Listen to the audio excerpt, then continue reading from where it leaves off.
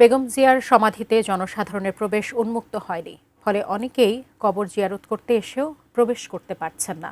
আছে কঠোর নিরাপত্তা বলেও। জিয়া উদ্যান এলাকায় আছেন আমাদের সহকর্মী মাহাদি সেকেন্দার। বিস্তারিত জানতে সরাসরি যুক্ত হচ্ছি তার সঙ্গে। মাহাদি, আগের খবরেও আপনার সঙ্গে যুক্ত হয়েছিলাম, আপনি সেখানে দেখাচ্ছিলেন মানুষের ভিড় দেখতে পাচ্ছি আমরা। যেহেতু কবর জিয়ারতের এখন উন্মুক্ত করে দেওয়া হয়নি জনসাধারণের জন্য প্রবেশপথটি, তারা প্রবেশপথের সামনেই অবস্থান করছেন এবং ভিড়ও দেখতে পাচ্ছিলাম।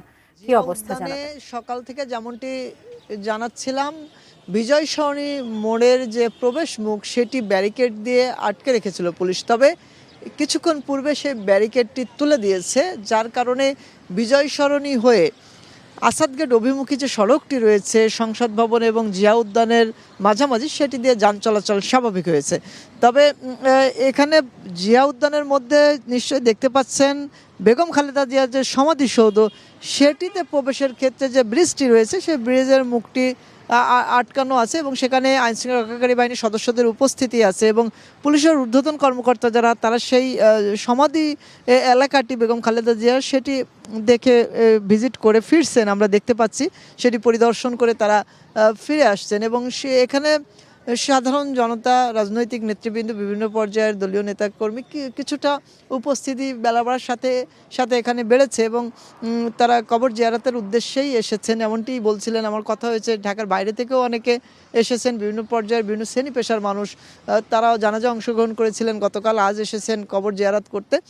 তবে যেহেতু প্রবেশের বাধা আছে, তবে এই মুহূর্তে তারা কাছ থেকে দেখতে পাচ্ছেন অনেকটা, যেহেতু ব্রিজের এক প্রান্তে দর্শনার্থীরা দাঁড়িয়ে আছেন বা যারা কবর জিয়ারত করতে এসেছেন তারা দাঁড়িয়ে আছেন এবং অপর প্রান্তে সাবেক রাষ্ট্রপতি জিয়াউর রহমান এবং তার সহধর্মিণী, তিনবারের সাবেক প্রধানমন্ত্রী বেগম খালেদা জিয়ারকে সমাহিত করা হয়েছে, সেই জায়গাটি স্বচক্ষে দেখে দোয়া মোনাজাতের সুযোগটি পাচ্ছেন। এক্ষেত্রে অনেকেই একটি সন্তুষ্টির যে প্রকাশ সেটিও করেছেন এবং নিশ্চয়ই দেখতে পাচ্ছেন এই যে লেকটি জিয়া উদ্যানের এবং সংসদ ভবনের মধ্যবর্তী জায়গাটি, সেটি একটি ব্রিজ রয়েছে, সেই ব্রিজটি পার হয়েই যে সমাধি সৌধ, যেখানে সাবেক রাষ্ট্রপতি প্রেসিডেন্ট জিয়াউর রহমানকে সমাহিত করা আছে এবং তারপরে গতকাল তিনবারের প্রধানমন্ত্রী বিএনপির চেয়ারপারসন বেগম খালেদা জিয়াকে সমাহিত করা হয়েছে। তো সব কিছু মিলে এখানে সাধারণ জনতা, বিভিন্ন শ্রেণী পেশার মানুষ, রাজনৈতিক নেতৃবৃন্দ, তারা আসছেন শ্রদ্ধা, ভালোবাসা, আবেগ, অনুভূতির যে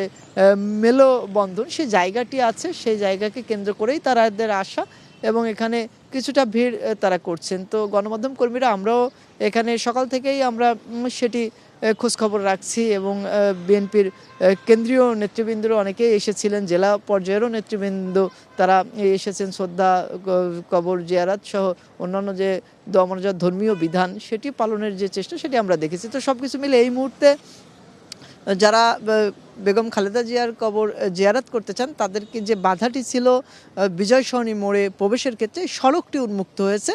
তবে মূল যে সমাধি স্থান সেখানে যেতে প্রবেশে বাধা আছে। ব্রিজটি অতিক্রম করার ক্ষেত্রে এখানে আইনশৃঙ্খলা রক্ষাকারী বাহিনীর সদস্যরা ব্যারিকেড দিয়ে রেখেছেন। এটি অতিক্রম করে ভেতরের যে অংশটি জিয়া উদ্যানে সেটিতে প্রবেশে বাধা থাকছে। তো এই ছিল আমার কাছে জিয়া উদ্যান থেকে সর্বশেষ। সাজিয়া।